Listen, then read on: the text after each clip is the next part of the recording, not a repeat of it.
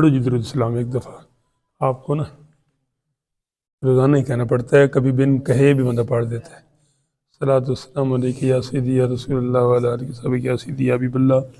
میرے آقا علیہ الصلوۃ والسلام کا حلیہ مبارک سیرت طیبہ کے حوالے سے جو کلاس ہوتی ہے اس میں بیان ہو رہا تھا، اور کیونکہ امتحان بالکل سر پہ ہے تو یہ آپ کی اس لحاظ سے باضابطہ آخری کلاس ہوگی. ٹھیک ہے، کل کا دن پھر آپ تیاری وغیرہ کریں گے، اور پرسوں پہلے پیپر کس کا ہے؟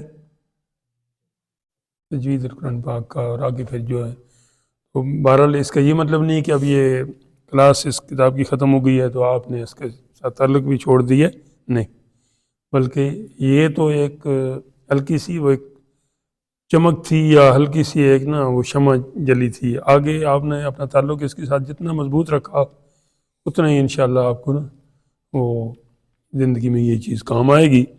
فی الحال ہم پڑھتے ہیں حلیہ مبارک. ظاہراً جو آقا علیہ الصلوۃ والسلام کا مبارک ہے نا سراپا، اس کا بیان، اس میں سے ہم پہنچ چکے تھے، زبان مبارک کے حوالے سے بیان ہو چکا تھا، اور آگے آواز مبارک.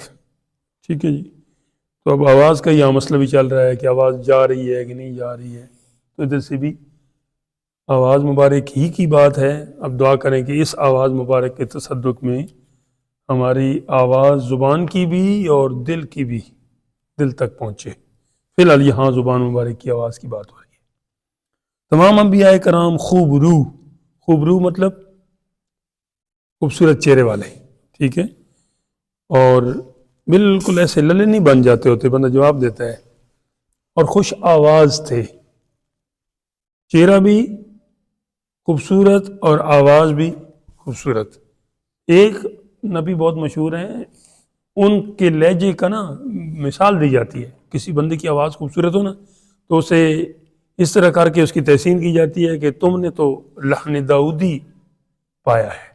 حضرت داؤد علیہ السلام کی آواز اس قدر خوبصورت تھی کہ آپ کی آواز سن کر نا پرندے ایسے گر جاتے تھے درختوں پہ بیٹھے بیٹھے، وہ ان کو اتنا سرور آتا تھا. ہمارے یہاں پاکستان میں بھی ایسے لوگ ہیں کہ جن کی آواز سے شیشی کے گلاس ٹوٹے ہیں. ٹھیک ہے، تو یہ آواز جو ہے نا یہ بھی اللہ تعالیٰ کی خاص عطا ہوتی ہے، اور اللہ تعالیٰ کی عطا ہو اور اللہ تعالیٰ کے جو خاص بندے ہیں ان پر نہ ہو، یہ بھی کوئی بات ہے. اور پھر جن کے لیے سارا کچھ بنایا پھر ان کی آواز مبارک، اللہ اکبر. تو تمام انبیاء کرام خوبرو اور خوش آواز تھے، مگر نبی پاک علیہ الصلوۃ والسلام ان سب سے زیادہ خوبرو اور خوش آواز تھے. آپ کی آواز میں ذرا گرانی پائی جاتی تھی، تھوڑا سا نا ہلکا سا نا وہ کیا کہتے ہیں، گراں کہتے ہیں، بوجھ والا یا تھوڑا سا، لیکن یہاں اس طرح بھی نہیں، یعنی اس میں ایک روب جلال اور وہ چیز بھی تھی، لیکن خوبصورتی اپنی جگہ جو اوصاف حمیدہ میں شمار ہو. ایسی نہیں کہ جو سننے والے کو معاذ اللہ بھدی لگے، ٹھیک ہے، لیکن تھوڑا سا اس میں خوش آواز ہونے کے علاوہ آپ بلند آواز اتنے تھے کہ جہاں تک آپ کی آواز صرف پہنچتی اور کسی کی آواز نہ پہنچتی تھی. لیکن یہ ایسی کرختگی اس میں نہ ہوتی کہ وہ بلندی کی وجہ سے سننے والے کے نا دماغ پر کوئی وہ اس کا اثر ہو. بالخصوص خطبات میں آپ کی آواز صرف گھروں میں پردہ نشین عورتوں تک پہنچ جاتی تھی. حضرت ام المومنین عائشہ صدیقہ رضی اللہ تعالی عنہا بیان فرماتی ہیں کہ ایک دن رسول اللہ صلی اللہ تعالی علیہ وآلہ وسلم ممبر پر رونق افروز ہوئی ہے. آپ نے حاضرین سے فرمایا کہ خطبہ سننے کے لیے بیٹھ جاؤ. خطبہ سننے کے لیے کس طرح بیٹھا جاتا ہے؟ دو خطبے ہوتے ہیں نا، عید کے بھی جمعے کے بھی اس طرح. تو پہلا خطبہ ایسے جیسے بیٹھ کے نفل پڑھتے ہیں، اور دوسرا ایسے جیسے اتحیات بیٹھتے ہیں، ٹھیک ہے، قاعدہ جو کرتے ہیں. آپ نے حاضرین سے فرمایا کہ خطبہ سننے کے لیے بیٹھ جاؤ. اس آواز کو حضرت عبداللہ بن رواحہ نے، یہ عبداللہ بن رواحہ وہی ہے وہ جو ادھر غزوہ موتہ میں بھی گئے تھے اور ادھر ہی شہید بھی ہوئے ہیں، اور ایک دو جگہ پیچھے بھی ان کا تذکرہ گزرا ہے. یہ اس آواز کو حضرت عبداللہ بن رواحہ نے، جو شہر مدینہ میں قبیلہ بنی غنم بکری کو کہتے ہیں، تو جہاں وہاں بکری زیادہ پائی جاتی تھی، میں تھے، سن لیا. مدینہ شریف شہر میں تھے لیکن کافی فاصلے میں تھے، تو وہاں سن لیا، اور ارشاد نبوی کی تعمیل میں وہیں اپنے مکان میں دو زانو ہو بیٹھے. دو زانو یہ دو زانو بیٹھنا ہے. ایک ہوتا ہے چار زانو، ٹھیک ہے، وہ جس طرح ہم گوٹھ مار کے بیٹھتے ہیں اس کو چار زانو کہتے ہیں. یہ دو زانو بیٹھنا ہے، ٹھیک ہے. استاد کے سامنے اس طرح عموماً بیٹھنا چاہیے. اور یہ جو کہتے ہیں نا شاگردی کسی کی تو اس میں یہ لفظ بول دیتے ہیں کہ جی فلاں نے فلاں بزرگوں کے سامنے زانوئے تلمذ طے کیے. زانو گھٹنوں کو کہتے ہیں، تلمذ تلمیذ شاگرد کو کہتے ہیں، اور طے کیے جیسے میں نے طے کی ہوئی ہیں آپ کے سامنے، کیونکہ میں آپ سے سبق پڑھ رہا ہوں. یہ آپ نے تو نہیں کی ہوئی ہے نا، کیونکہ آپ تو پڑھا رہے ہیں جی. تو بہرحال چلیں میں تھے سن لیا وہاں پہ نا، انہوں نے سن لیا اتنے دور. اور ارشاد نبوی کی تعمیل میں وہیں اپنے مکان میں دو زانو ہو بیٹھے. حضرت عبد الرحمن بن معاذ فرماتے ہیں کہ حضور صلی اللہ علیہ وسلم نے منا میں خطبہ پڑھا. یہ بھی کسی دن آپ کو انشاءاللہ بتائیں گے. منا کو منا کیوں کہتے ہیں، مزدلفہ کو مزدلفہ کیوں کہتے ہیں، عرفات کو عرفات کیوں کہتے ہیں. چلیں، جس سے ہمارے کان کھل گئے. حضرت عبد الرحمن بن معاذ ایک اور جگہ کا حوالہ دے رہے ہیں کہ منا میں آپ نے خطبہ پڑھا جس سے ہمارے کان کھل گئے، یہاں تک کہ ہم اپنی جگہ پر آپ کا کلام مبارک سنتے تھے. جی 1.25 بندہ تھا، 1.25 بندہ، اور وہ اس کو برابر آواز پہنچ رہی ہے. حضرت ام ہانی فرماتی ہیں کہ ہم آدھی رات کے وقت حضور کی قرات سنا کرتے تھے. ام ہانی میں سے ہیں کون؟ ام ہانی حضرت مولا علی پاک کی ہمشیرہ ہے. ہمشیرہ سمجھتے ہو؟ بہن، ٹھیک ہے. اچھا. حالانکہ فرماتی ہیں حالانکہ میں مکان کے اندر چارپائی پر ہوا کرتی تھی، یعنی دروازے بند ہوتے تھے مگر اس باوجود مجھے آواز پہنچتی تھی. آگے جی، خندہ و گریہ مبارک. خندہ کہتے ہیں ہنسنے کو، ٹھیک ہے، اور گریہ کہتے ہیں رونے کو. آقا علیہ الصلوۃ والسلام کا مسکرانا، یہ کل بھی میں نے آپ کو بتایا، اور یہاں پھر رونے کی بھی بات ہے، گریہ فرمانا. حضور اکرم صلی اللہ علیہ وسلم عموماً تبسم فرمایا کرتے تھے. تبسم جیسے میں نے آپ کو کہا کہ مسکرانا. تبسم مبادی ضحک سے ہے، یعنی یہ ہنسنے کی ابتدا ہے. پہلے بندہ مسکراتا ہے، پھر کھلکھلات کے ہنس دیتا ہے، ٹھیک ہے، پھر کہکا اور وہ صورت ہوتی ہے. لیکن انبیاء کرام کا جو ہے سلسلہ وہ تبسم تک ہی تھا. اور ضحک کے معنی چہرے کا انبساط ہے، کھلانا، ایسے خوش ہو جانا، دیکھنے والے کو پتہ چلے کہ بندہ خوش ہے، یہ سے انبساط. فرحت و انبساط کہتے ہیں. فرحت کا معنی بھی خوش ہونا ہے، شاداں فرحاں وغیرہ وغیرہ. یہاں تک کہ خوشی سے دانت مبارک ظاہر ہو جاتے، چلو ہو جائیں، یہ عام بندی. اگر آواز کے ساتھ ہو اور دور سے سنا جائے، اسے کہکا کہتے ہیں. اور میں نے کاکا آپ کو بتایا تھا کہ کاکے، میں نے آپ کو کاکا کہ مطلب کیا بتایا تھا، کیوں کاکا؟ کہ جوان بندہ یا بندی اگر نماز میں ہنسے گا نا آواز کے ساتھ کاکا لگا کے، تو اس کا وضو بھی ٹوٹ جائے گا، ٹھیک ہے. اور اگر آہستہ ہنسے گا تو پھر اس کی نماز ٹوٹے گی، سمجھو. یہ اسے کاکا. اگر آواز تو ہو اور دور سے نہ سنا جائے تو اسے ضحک کہتے ہیں. فَتَبَسَّمَ ضَاحِكًا مِّن قَوْلِهَا، جو کل آپ کو بتایا تھا، ضَاحِكَةٌ مُسْتَبْشِرَةٌ. ہاں جی، کہ جنتی لوگ جب اللہ تعالیٰ کے نام دیکھیں گے تو وہ مسکرائیں گے، ان کے چہرے سے خوشی کے آثار ہویدہ ہوں گے، وہ باقاعدہ اشکار ہوں گے. اگر بالکل آواز نہ پائی جائے تو اسے تبسم بولتے ہیں. بس یوں سمجھیے کہ حضور صلی اللہ علیہ وسلم اکثر اوقات تبسم کی حد سے تجاوز نہ فرماتے، آگے نہ جاتے. یعنی شاذ و نادر، ان لفظوں کو غور سے اپنے ذہن میں رکھ لو. یہ بہت بڑے بڑے استاد بھی ان کو غلط بولتے ہیں، شاذر و ناظر کہہ دیتے ہیں. حالانکہ ہے یہ لفظ ہیں دونوں مترادف، دونوں کا معنی ایک ہے. شاذ کا معنی کیا ہے؟ حدیث پاک کی کچھ قسمیں ہوتی ہیں نا، کہیں جناب متواتر ہے، کہیں جناب وہ مطلب دو راوی ہیں کسی روایت کے، کسی کی چار ہیں، کسی کی زیادہ ہیں، کسی کی کم، کوئی روایت ایسی ہو نا جو صرف ایک ہی بندے سے ہو اور کوئی کسی اور سے نہ ہو تو اسے شاذ کہتے ہیں، احاد یا ایسا بھی کو کہتے ہیں، یا احاد۔ تو شاذ ہو گیا ایک، بالکل یعنی کبھی کبھار، اور نادر بھی وہی ہوتا ہے کہ نادر الوقوع، کبھی کبھار کوئی واقع ہونا، کوئی معاملہ۔ تو دونوں کو پھر جوڑا، درمیان میں واو لگائی، جس طرح ایک ہوتا ہے نا متضاد اور ایک ہوتا ہے مترادف۔ بعض اوقات متضاد آپس میں آتے ہیں، یعنی آمد و رفت، آمد آنا، رفت جانا، اور کبھی کبھار کہتے ہیں نا جی گورا چٹا، اب یہ دونوں لفظوں کا معنی ایک ہی ہے، تو لیکن اس کی نا وہ سفیدی زیادہ ظاہر کرنے کے لیے نا تو دونوں ایک ہی معنی کے لفظ، مترادف لفظ بول دیے جاتے ہیں۔ تو ادھر بھی ایسا ہی ہے کہ یہ کیا لفظ آیا یہاں پہ جس کی بات ہو رہی، شاذ و نادر، شاذ و نادر، یعنی کبھی کبھار، ذیک کی حد تک پہنچتے، یعنی تھوڑی بہت آواز ہوتی تھی لیکن دور سے نہ سنائی دیتی تھی، عموماً تبسم ہی رہتا تھا آقا علیہ السلام کا، کیونکہ ذیک دل کو ہلاک کر دیتی ہے، یعنی ہنسنا آواز کے ساتھ یہ دل کو مردہ کر دیتا ہے، ٹھیک ہے۔ ہنس مکھ رہنا بری بات نہیں، لیکن ہر وقت بلا وجہ آواز کے ساتھ ہنسنا یہ دل کو نقصان پہنچاتا ہے۔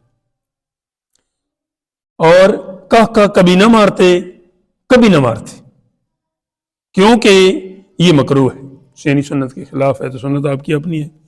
آپ کا گریہ شریف، اب نہ رونے کی طرف بات آ رہی ہے، ذیک کی جنس سے تھا، یعنی تھوڑی بہت آواز اس میں ہوتی تھی، کہ آواز بلند نہ ہوتی تھی مگر آنسو مبارک آنکھوں سے گر پڑتے تھے، سبحان اللہ۔ آپ کے اللہ اکبر، چلیں آگے آپ کو ایک شعر سناتے ہیں اعلیٰ سرکار کا، یہ تھوڑا سا یہ پڑھ لیں۔ آپ کے سینہ شریف سے دیگ مسیح کی ہنڈیا کی نا، جیسے وہ چولہے پہ پڑی ہوتی ہے اور وہ نہیں، وہ جب زیادہ آگ ہوتی ہے تو وہ ابلتی ہے تو آواز آتی ہے، کہ جوش کی سی آواز سنی جاتی تھی آپ کے سینے مبارک سے۔ آپ کا گریہ مبارک صفت جلال الہی کی تجلی اور امت پر شفقت اور میت پر رحمت کے باعث ہوا کرتا تھا۔ وجوہات بھی بتا دی، یا تو اللہ تعالیٰ کی خشیت وہ ہماری تعلیم کے لیے، یا پھر امت کی مغفرت اور امت پر عذاب کے حساب میں آ کے، اور یا پھر کوئی فوت ہو گیا ہے تو اس کے لیے وہ رحمت کا باعث ہوتا تھا تو آپ روتے تھے، ٹھیک۔ ذاتیات کو اس میں کوئی وہ نہیں تھا عمل دخل، اور اکثر قرآن شریف کے سننے سے اور کبھی کبھی نماز شب میں بھی ہوا کرتا، لیکن ہونے کی وجہ وہی ہوتی تھی یہ رونے کا۔ وہ ادھر ایک ہمارے حضرت صاحب کے بلا نے لکھوائے ہوئے تھا، اشعار لکھوائے ہوئے تھے نا، ادھر یہ جو ادھر یہ کھڑکی ہے نا، ادھر بھی 2 الماریاں تھیں قرآن پاک کی، ان کے آگے ایسے پلے ڈالے ہوتے تھے اور ان کے ہم قرآن پاک ادھر رکھتے تھے۔ یہ جو تھی نا یہ 4 تھیں، ابھی 2 ہیں نا، یہ ادھر 4 تھیں لیکن یہ اکثر باندھی رہتی تھیں، کوئی ایک آدمی کوئی بس وہ کتابیں وہ مخصوص جو سب کے بلا استعمال فرماتے تھے وہ ہوتی تھیں، تو یہاں سے قرآن پاک پھر ہم اٹھاتے تھے، تو جو اس طرف تھی نا اس کے اوپر وہ شعر لکھا تھا، اور وہ کیا تھا، پیش حق، یعنی اللہ تعالیٰ کی بارگاہ میں پیش کا کل میں نے معنی بتایا کہ سامنے کو کہتے ہیں، پس پیچھے ہوتے، پیش حق یعنی اللہ کی بارگاہ میں قیامت کے دن حضور پاک علیہ السلام کی ایک کیفیت یہ بھی ہوگی، وہ کیا، پیش حق مجدہ شفاعت، یہ مجدہ کو صحیح کر لو، اچھا یہ بہت لوگ غلط پڑھتے ہیں، مسردہ ایسے کرتے رہتے ہیں، یہ یا ہے، یا 3 نقطوں والی یا ہوتی ہے نا، رے اڑے زے، چوتھی کیا ہے، یہ سے نہیں ہے، ٹیلی ویژن، اجدہا یا لباری، ان سب میں یہ استعمال ہوتی ہے، سمجھ آئی ہے کوئی نہیں آئی؟ رے لکھ کے نا، رے اس کے اوپر 3 نقطے ڈالو، کیا بنے گی، یہ ایک، یہ اردو میں یہ بھی ہوتی ہے، لیکن وہ جنہوں نے سکول تو کم ہی گئے ہوتے ہیں نا، بعد میں کبھی پیر بن جاتے ہیں، کبھی استاد بن جاتے ہیں، خود پڑھتے نہیں، دوسروں کو پڑھانا شروع ہو جاتے، تو پھر ایسی غلطیاں کرتے ہیں۔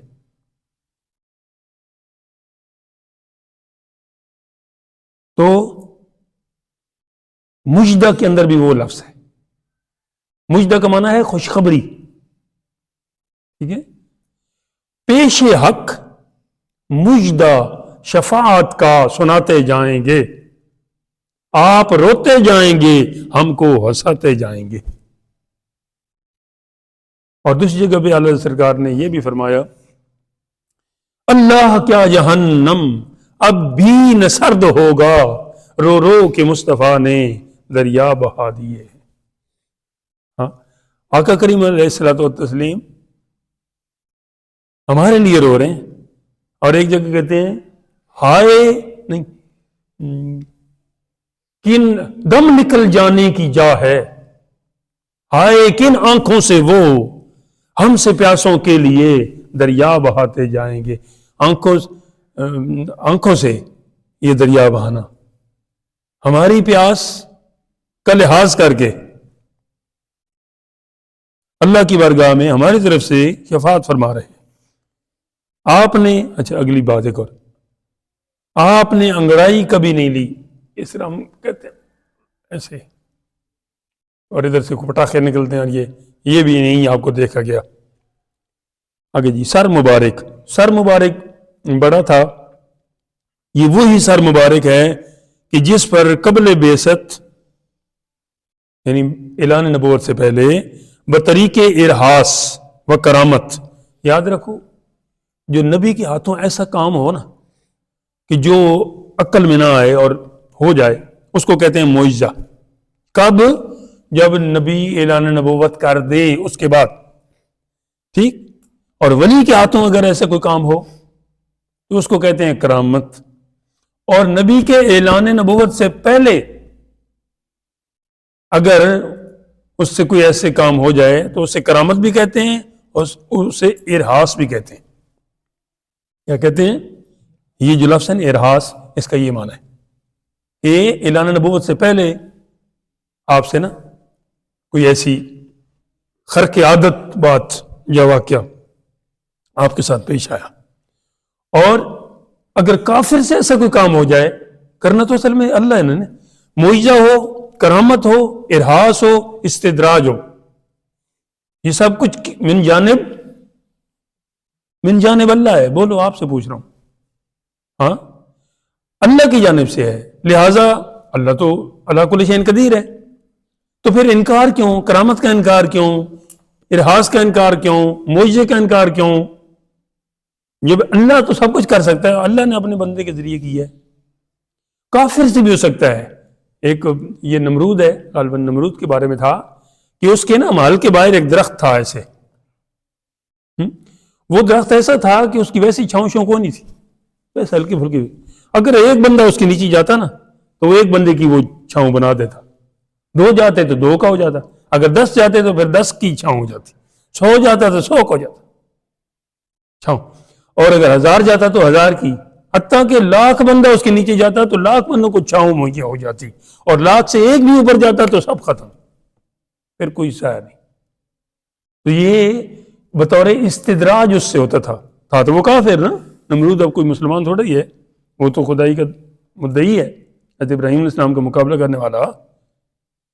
تو یہ مطلب کیا ہوا کہ جو بھی امور ہیں، چاہے اللہ کے نبیوں کے ہاتھوں ہوں، چاہے اللہ کے ولیوں کے ہاتھوں ہوں، چاہے وہ کافروں سے ہوں، ہوتے من جانب اللہ ہیں، خرق عادت جتنے بھی ہیں، دوسری امور بھی من جانب اللہ ہی ہیں، وَإِلَى اللَّهِ تُرْجَعُ الْأُمُورُ، لیکن پھر بھی کچھ نہ کچھ اس میں انسان کو دخل ہوتا ہے، تو ایسے میں تو بالکل کوئی دخل والی بات نہیں۔ تو ارہاس، یہ سر مبارک کے حوالے سے انہوں نے کوئی بات لکھنی ہے، آگے میں پڑھتا ہوں۔ یہ وہی سر مبارک ہے جس پر قبل بعثت بطریق ارہاس و کرامت گرما میں بادل سائے کی رہتا تھا، یعنی گرمیوں میں بادل سامنے آتا تھا، سردیوں میں تو آتا تو پھر سردی کا معاملہ ہوتا تھا نا، حالانکہ سردی ان کو کیا، حضرت علی پاک کو نا گرمیوں میں گرمی نہیں لگتی تھی اور سردیوں میں سردی، آپ گرمیوں میں سردیوں کے کپڑے پہنتے تھے اور سردیوں میں گرمیوں کے پہنتے تھے، یہ آقا علیہ السلام کی دعا کی برکت سے ان کو یہ ہوا تھا. تو جن کی دعا سے علی پاک کو یہ حاصل ہو گیا اعزاز، خود ان کی اپنی کیا شان ہے، لیکن پھر بھی گرمیوں میں جہاں لوگ گرمی سے نڈھال تھے تو میرے آقا علیہ السلام کے سر مبارک پہ بادل کا وہ سایہ رہتا تھا. چنانچہ جب آپ مائی حلیمہ کے ہاں پرورش پا رہے تھے تو وہ آپ کو کسی دور جگہ نہ جانے دیتی تھیں، یہ آپ پڑھ چکے ہیں. ایک روز وہ غافل ہو گئیں اور حضور اپنی ردائی مطلب دودھ بہن شیمہ کے ساتھ دوپہر کے وقت مویشیوں میں تشریف لے گئے. مائی حلیمہ تلاش میں نکلی، آپ سارا کچھ پڑھ چکے ہیں کہ وہاں سے پھر وہ جب پیچھے گئے تو انہوں نے کہا بیٹی کو کہ یہ کیا تم نے کیا ہے، بھائی کے ادھر لے آئی ہو عربی کو. تو انہوں نے کہا کہ نہیں کوئی مسئلہ نہیں، یہ ان پر تو بادل نے سایہ کیا تھا، سارے راستے میں ایسا ہی ہوا ہے. ٹھیک ہے، تو چلیں اس کو ہم آگے چلے جاتے ہیں تھوڑا سا. گردن مبارک پہ آ جائیں. گردن مبارک کیا تھی؟ گویا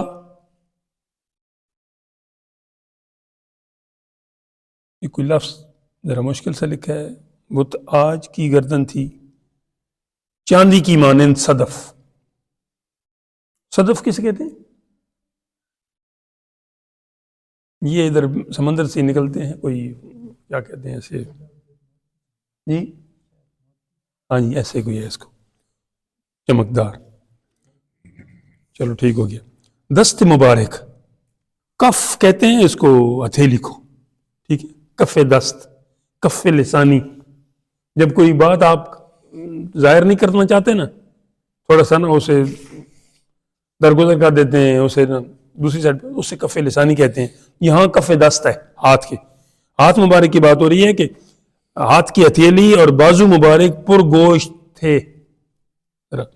حضرت انس رضی اللہ عنہ فرماتے ہیں کہ میں نے کسی ریشم یا دیبا کو، دیبا بھی ایک ایسی ہے ریشم کی قسم کو، آپ کے کف مبارک سے زیادہ نرم نہیں پایا،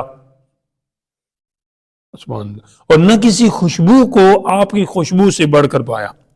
جس شخص سے آپ مسافہ کرتے، مسافہ کسے کہتے ہیں؟ مسافہ، معانقہ، ٹھیک ہے، یہ نا ایسے ہاتھ ملانے کو کہتے ہیں، ٹھیک ہے. معانقہ تو بلکہ گلے ملنے کو بھی کہہ دیتے ہیں، ٹھیک ہے، مراقبہ بھی کہہ دیتے ہیں اسے. تو مسافہ کرتے اور پھر دن بھر اپنے ہاتھ میں وہ خوشبو پاتا،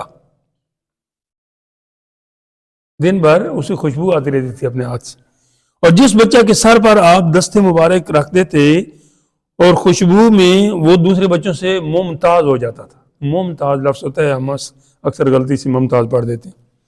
چنانچہ حضرت جابر بن سمرہ رضی اللہ عنہ فرماتے ہیں کہ میں نے نبی پاک علیہ السلام کے ساتھ ظہر کی نماز پڑھی، پھر آپ اپنے اہل خانہ کی طرف نکلے، میں بھی آپ کے ساتھ نکلا. بچے آپ کے سامنے آئے تو آپ ان میں سے ہر ایک کے رخسار کو اپنے ہاتھ مبارک سے مس فرمانے لگے. یہ مسا لکھ دیتے ہیں، مس ہے ویسے میرے، چلو کچھ نہ کرو، میرے رخسار کو بھی آپ نے مس فرمایا.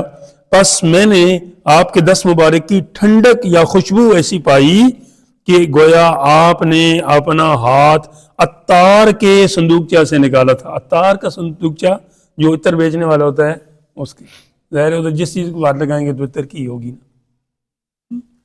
حضرت وائل ابن حجر فرماتے ہیں کہ جب میں رسول اللہ صلی اللہ علیہ وسلم سے مسافہ کرتا تھا یا میرا بدن آپ کے بدن سے مس کرتا، یہ مس میں کہتا ہوں، یہ ادھر مسا کی جگہ بھی یہ والا مس ہونا چاہیے، آگے سمجھ، مس کرتا تو میں اس کا اثر بعد ازاں اپنے ہاتھ میں پاتا، یعنی اس کے بعد، اور میرا ہاتھ کستوری سے زیادہ خوشبودار رہتا ہوتا.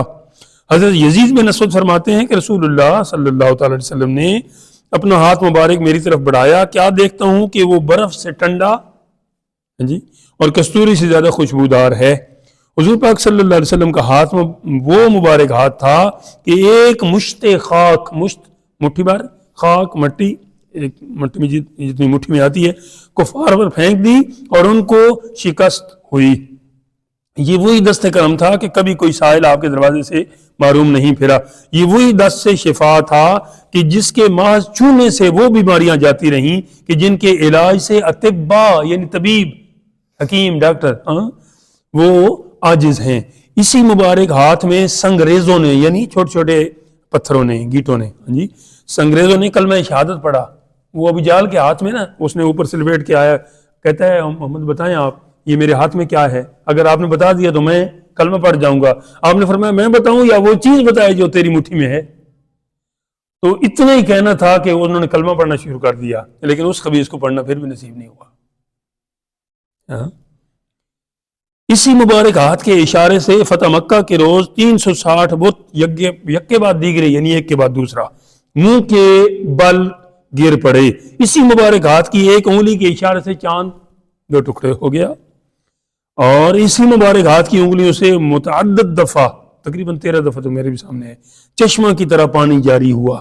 حضرت کیا کہتے ہیں موسیٰ علیہ السلام وہ پتھر پر عصا مارتے ہیں، پتھروں سے تو پانی پہاڑوں سے نکلتے رہتا ہے، پتھر پر ایسے عصا مارا تو 12 چشمے جاری ہوئے۔ میرے آقا علیہ السلام کے انگلیوں مبارک سے 13 مرتبہ چشمے جاری ہوئے، وہ 12 کو بھی کراس کیا۔ اور پتھروں سے تو نکلتے رہتے ہیں، ہاتھوں سے پانی نکالنا ایسے، یہ بہت ہی زیادہ کمال ہے۔ نبی پاک علیہ السلام کے دست مبارک کی مزید برکات کی تشریح کے لیے ذیل میں چند مثالیں مختصراً عرض کی جاتی ہیں۔ حضرت ابیت بن جمال کے چہرے پر داد تھا، ایسے نشان ہوگا، جس سے چہرے کا رنگ بدل گیا تھا۔ ایک روز نبی پاک علیہ السلام نے ان کو بلایا اور ان کے چہرے پر اپنا دست شفا پھیرا، شام نہ ہونے پائی کہ داد کا کوئی نشان نہ رہا، یعنی کوئی وہ زخم کا یا کوئی اور نشان ایسے کسی بندے کے ہوتا ہے نا، اللہ نہ کرے ادھر وہ کالا سا داغ۔ حضرت شرجیل جافی کی ہتھیلی میں ایک گلٹی تھی، ایک چھوٹا بچہ ہے اس کی بھی ہے، جس کے سبب سے وہ تلوار کا قبضہ، یعنی نا وہ تلوار کو ایسے پورا پکڑ نہیں سکتے تھے، اور گھوڑے کی بات بھی نہیں پکڑ سکتے تھے۔ میں بھی یہ کہتا ہوں کہ وہ دوسری بات بھی آنی چاہیے، گھوڑے والی بھی وہ آ گئی ہے۔ انہوں نے حضور علیہ السلام سے شکایت کی، آپ نے اپنی ہتھیلی سے اس گلٹی کو رگڑا، پس اس کا نشان تک نہ رہا۔ بالکل صحیح ہو۔ ایک عورت اپنے لڑکے کو خدمت اقدس میں لائی اور عرض کیا کہ اس کو جنون ہے۔ جنون مطلب یہ کوئی ایسے نا مرگی کی دورے پڑتے ہیں اور اس طرح وہ پاگل پن سا اس میں ہے۔ حضور علیہ السلام نے اس کے سینے پر ہاتھ پھیرا، لڑکے کو قے آئی۔ قے کا کیا مطلب ہے؟ الٹی آنا، جی۔ اور اس میں ایک کالے کتے کا پلہ نکلا، پلہ اس کا چھوٹا بچہ، ٹھیک ہے۔ یہ میں اکثر نہیں کہتا ہوں کہ یہ ہمارے جو ہیں بڑے یہ اپنے عوام کا خیال نہیں کرتے اور ان کی بہت بات مانتے ہیں، ان کے پلے جو ہیں، تو پلہ کیسے کہتے ہیں؟ کتے کا چھوٹا بچہ، سمجھ آ گئی؟ کتے کا پلہ نکلا اور فوراً آرام ہو گیا۔ ویسے وہ اس کے اندر وہ مرغی تھی، کچھ جن کی کوئی کیفیت۔ جنگ احد میں حضرت قتادہ کی آنکھ کو صدمہ پہنچا، حضرت قتادہ انصاری، اور ڈیلا رخسار پر آ پڑا۔ تجویز ہوئی کہ کاٹ دیا جائے۔ ادھر سے حضور علیہ السلام سے دریافت کیا گیا تو آپ نے فرمایا ایسا نہ کرو، اور انہوں نے بلا کر اپنے دست مبارک سے ڈیلے کو اس جگہ پر رکھا آنکھ کے اندر، آنکھ فوراً درست ہو گئی۔ اور میں نے آپ کو بتایا تھا کہ پھر اس سے زیادہ نظر آتا تھا دوسری آنکھ کے مقابلے میں، کہ کوئی یہ نہ بتا سکتا تھا کہ دونوں میں سے کس آنکھ کو صدمہ پہنچا ہے، اتنی درست ہو گئی۔ حضرت عبداللہ بن عتیق، یہ عتیق وہ نہیں ہے جو میرا نام ہے، یہ عتیق ایک چھوٹے کاف کے ساتھ ہے، کشف والے کے ساتھ۔ اچھا، جب ابو رافع یہودی کو قتل کر کے اس کے گھر سے نکلے تو زینے سے، زینہ کس کہتے ہیں؟ سیڑھی کو کہتے ہیں زینہ، ٹھیک ہے۔ ادب پہلا کرینہ ہے، محبت کے کرینوں میں کرینہ بھی اور زینہ بھی دونوں مترادف لفظ ہے۔ زینے سے گر کر ان کی ساکھ ٹوٹ گئی، ساکھ کہتے ہیں پنڈلی کو۔ آپ سے میں پوچھتا نہیں کیوں کہ آپ نے بتانا تو ہے نہیں۔ انہوں نے اپنے امامہ سے باندھ لی، سر سے نا۔ یہ جب نبی پاک علیہ السلام کی بارگاہ میں پہنچے تو آپ نے فرمایا کہ پاؤں پھیلاؤ، ایسے ٹانگ لمبی کرو۔ حضرت عبداللہ بن عتیق نے پاؤں پھیلایا، حضور علیہ السلام نے اس پر اپنا دست شفا مبارک پھیرا، اسی وقت تندرست ہو گئی کہ گویا کبھی وہ ٹوٹی ہی نہ تھی۔ آخری سبق ہے، اور سبحان اللہ۔ حضرت عائض بن سعید جیسے رسول اللہ صلی اللہ علیہ وسلم کی خدمت میں حاضر ہوئے اور عرض کیا کہ یا رسول اللہ، آپ میرے چہرے پر اپنا مبارک ہاتھ پھیر دیجیے، صحابی کہتے ہیں نا، اور دعائے برکت فرمائیے۔ حضور علیہ السلام نے ایسا ہی کیا، اس وقت سے حضرت عائز کا چہرہ تر و تازہ اور نورانی رہا کرتا تھا، بغیر تیل لگائے اور بغیر کوئی. ٹھیک ہے. دعا کے لیے بھی یہی ہاتھ مبارک اٹھتے تھے نا. دلہن بن کے نکلی دعائے محمد، اجابت کا جوڑا عنایت کا سہرا، دلہن بن کے نکلی دعائے محمد. نبی پاک علیہ السلام نے حضرت عبد الرحمن و عبداللہ پسران عبد کے لیے دعائے برکت فرمائی اور دونوں کے سروں پر اپنا ہاتھ مبارک پھیرا. وہ دونوں جب سر منڈاتے تھے تو جس جگہ رسول اللہ صلی اللہ علیہ وسلم نے ہاتھ مبارک رکھا تھا اس پر باقی حصے سے پہلے بال اگاتے تھے. جب حضرت عبد الرحمن بن زید بن خطاب کرشی ادوی پیدا ہوئے تو نہایت ہی کوتا قد تھے. کوتا قد کا کیا مطلب ہے؟ بالشتی یا چھوٹے قد کا. ان کے نانا حضرت ابو لبابہ ان کو رسول اللہ صلی اللہ علیہ وسلم کی خدمت میں لے آئے. حضور علیہ السلام نے تحسین کے بعد یعنی مبارکباد ان کے سر پر اپنا دست مبارک پھیرا اور دعائے برکت فرمائی. اس کا یہ اثر ہوا کہ حضرت عبد الرحمن جب کسی قسم میں ہوتے تو قد میں سب سے بلند نظر آتے، یعنی کسی اجتماع میں ہوتے تو رسول اللہ صلی اللہ علیہ وسلم نے خود آقا علیہ السلام کا بھی یہی معاملہ ہے قد مبارک کے حوالے سے. رسول اللہ صلی اللہ علیہ وسلم نے حضرت قتادہ بن ملحان کیسی کے چہرے پر اپنا دست مبارک پھیرا. جب وہ عمر رسیدہ ہو گئے تو ان کے تمام اعضاء پر کہنگی، کوہنا مشق، بہت ہی نا زیادہ محنت کرنے کی وجہ سے اور کسب کرنے کی وجہ سے بندہ نا وہ چہرے پہ جھریاں آ جاتی ہیں، ماتھے پہ بال اس طرح نا. تو باقی جگہ پہ تو آ گئیں، نمایاں تھے کہ یہ بوڑھے ہو گئے ہیں، مگر چہرہ بدستور تر و تازہ تھا. پیچھے برکت کیا تھی؟ آقا علیہ السلام کے دست مبارک. نبی پاک علیہ السلام نے قیس بن زید بن حباب جزامی کے سر پر اپنا دست مبارک پھیرا اور دعائے برکت فرمائی اور حضرت قیس نے 100 برس کی عمر پائی. اس عمر میں وفات پائی. ان کے سر کے بال سفید ہو گئے تھے مگر رسول اللہ صلی اللہ علیہ وسلم کے دست مبارک کی جگہ یعنی آپ نے جہاں آپ کے سر مبارک پہ ہاتھ مبارک رکھا تھا وہ بال سیاہ ہی رہے، سفید نہیں ہے. جب رسول اللہ صلی اللہ علیہ وسلم نے مدینہ شریف کی طرف ہجرت فرمائی تو رستے میں ایک غلام چروائے سے آپ نے دودھ طلب فرمایا. اس نے جواب دیا کہ میرے پاس کوئی دودھ دینے والی بکری نہیں. آپ نے ایک بکری پکڑی، اس کے تھن مبارک پر اپنا دست مبارک پھیرا. اس سے پوچھا کہ میں اسے نکال لوں؟ اس نے کہا اس سے کیسے نکالیں گے، یہ تو ابھی اس کیفیت میں گئی ہی نہیں ہے. فرمایا وہ تم چھوڑو، تم اجازت دو. کہا جی نکال نہیں نکال سکتے ہیں تو پھر کیا کیا؟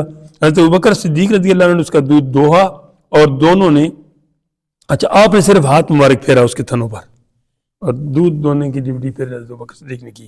دودھ نکل آیا، دونوں نے پیا، جن دونوں سے مراد آقا علیہ السلام اور حضرت ابوبکر صدیق. غلام نے حضور سے پوچھا آپ کون ہیں؟ حضور صلی اللہ علیہ وسلم نے فرمایا میں خدا کا رسول ہوں. یہ سن کر وہ ایمان لایا. اس کی قسمت میں ہوتا ہے بولے. اسی طرح حضور علیہ السلام نے ام معبد کی بکری کے تھن پر اپنا دست مبارک پھیرا. بہت بڑھیا بکری، وہ باہر مویشیوں کے ساتھ بکری کے ساتھ نہیں گئی تھی، اس کا خاوند نہیں لے کے گیا تھا. ام معبد گھر بھی تھی اور وہ بھی گھر پہ بکری بھی. تو اس سے بھی پھر آپ نے اپنی اس پیغمبرانہ شان کے ساتھ دودھ نکال لیا. اس کتاب میں یہ پہلے گزر بھی چکا ہے اور بھی بہت ساری باتیں گزر چکی ہیں. حضرت مالک بن عمیر سلمی شاعر بیان کرتے ہیں کہ میں نے رسول اللہ صلی اللہ علیہ وسلم سے عرض کیا یا رسول اللہ میں شاعر ہوں. آپ شعر کے بارے میں کیا فتویٰ دیتے ہیں؟ ایک صورت بھی ہے قرآن پاک کی الشعراء 19ویں پارے میں.